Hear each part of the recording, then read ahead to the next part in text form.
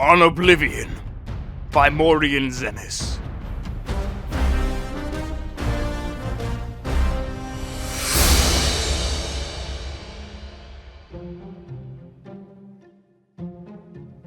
It is improper, however customary, to refer to the denizens of the dimension of Oblivion as demons. This practice probably dates to the Elysian doctrines of the First Era prophet, Maruk, which rather amusingly forbade traffic with daemons, and then neglected to explain what daemons were. It is most probable that daemon is a misspelling or etymological rendition of Daedra, the old elven word for those strange, powerful creatures of uncertain motivation who hail from the dimension of Oblivion. Daedra is actually the plural form. The singular is Daedroth. In a later tract by King Hael the Pious of Skyrim, almost 1,000 years after the publication of the original doctrines, the evil machinations of his political enemies are compared to, quote, "These political enemies of mine are as wicked as demons.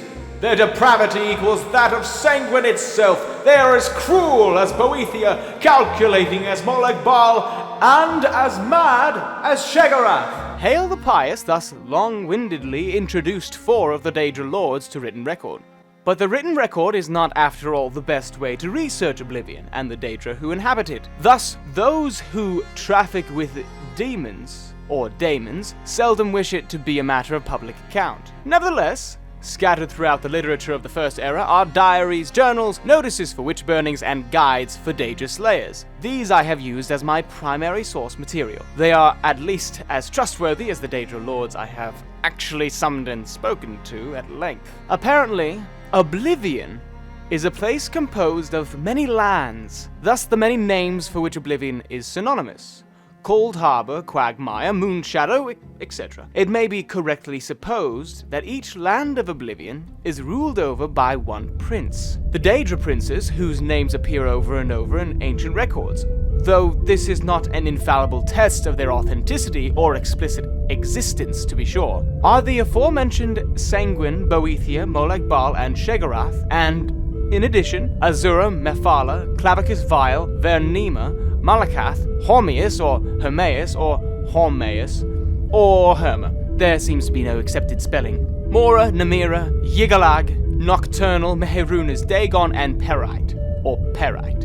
From my experience, Daedra are a very mixed lot. It is almost impossible to categorize them as a whole, except for their immense power and penchant for extremism. Be that as it may, I have here attempted to do so in a few cases, purely for the sake of scholastic expediency. Meherunas Dagon, Molag Bal, Perite, Boethia, and Vernema are among the most consistently demonic of the Daedra, in the sense that their spheres seem to be destructive in nature. The other Daedra can, of course, be equally dangerous, but seldom purely for the sake of destruction, as these 5 can. Nor are these 5 identical in their destructiveness. Meherunas Dagon seems to prefer natural disasters, such as earthquakes and volcanoes, for venting his anger.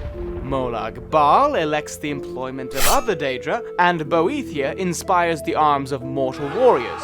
Perite's sphere seems to be pestilence, and Vernema's is torture. In preparation for the next installment in this series, I will be investigating 2 matters that have intrigued me since I began my career as a Daedra researcher. The first is on one particular Daedroth, perhaps yet another Daedra prince, referred to in multiple articles of Incunabula as Hircine. Hircine, or Hircine, has been called the huntsman of the princes and the father of man-beasts, but I have yet to find anyone who can summon him. The other, and perhaps more doubtful, goal I have is to find a practical means for mortal men to pass through to Oblivion. It has always been my philosophy that we need only fear that which we do not understand, and with that thought in mind, I ever pursue my objective.